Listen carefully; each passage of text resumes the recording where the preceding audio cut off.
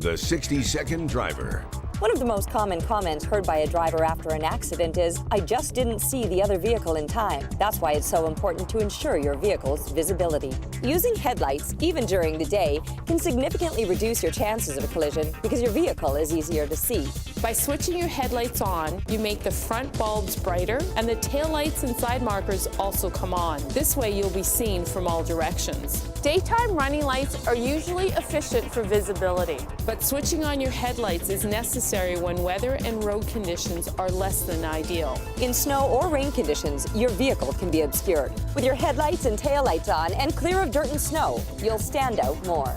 Being more visible and scanning the road often for other road users, you can reduce the chance of a bicycle, pedestrian, or other vehicles moving into your path. For more driving tips, watch The 60-Second Driver Thursdays at 6 on CTV News. Brought to you by Manitoba Public Insurance.